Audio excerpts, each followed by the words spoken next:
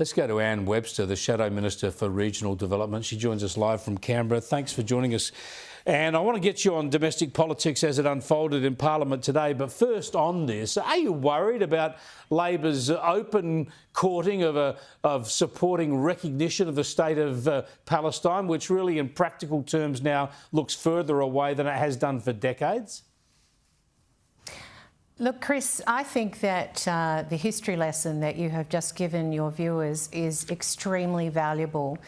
We need to remember Hamas is a terrorist organisation. They could stop this right now by releasing the hostages, by laying down their weapons and walking away. I think for the UK, for Australia, to get involved in this is really for domestic politics. Let's call it what it is. You called it blather. I would say it's actually about domestic politics. Starmer has his own concerns in the UK with threats of takeover.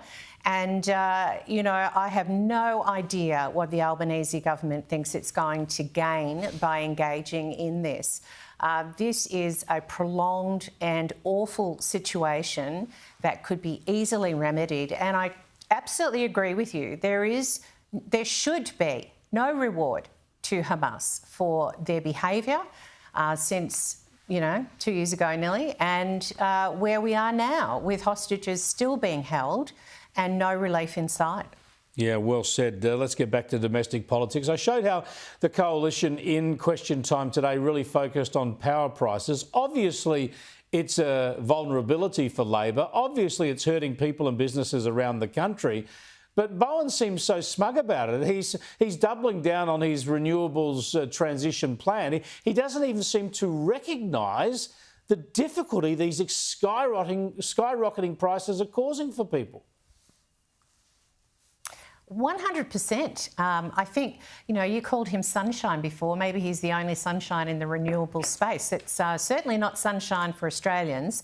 And in my electorate, of course, as you know, where we have the rush to renewables and we've been delegated as a REZ, a renewable energy zone, it's nothing but pain. I think the protest that took place yesterday has what I'm told by the farmers who were there, who were engaged let me in just that jump and in there. leading Sorry, that. just let me jump in there and get you to, while we show those pictures, explain that protest in Melbourne, what was behind it and what's come from it.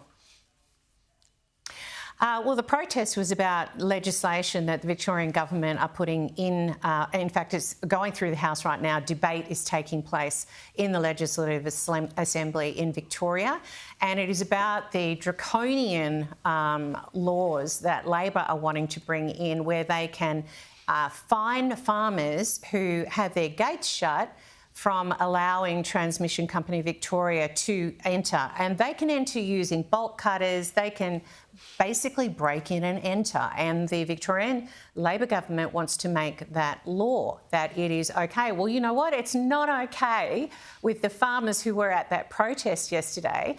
And I've spoken with Andrew Wiedemann today about how it went, because obviously I'm in Canberra.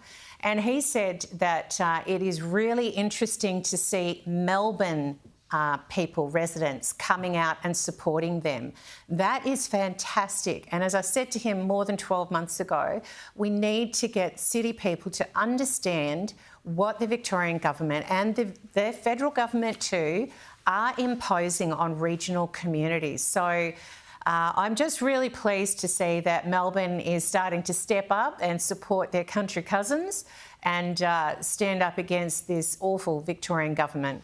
Those Melburnian comedians from Working Dog need to remake the movie The Castle and make it a farmer trying to stop transmission lines going through their property. It's redolent of that sort of those sorts of Aussie values, isn't it? Thanks so much for joining us, Anne. I really appreciate it. Anne Webster there, who's the member for the federal member, the Nationals member for Mallee in Western Victoria.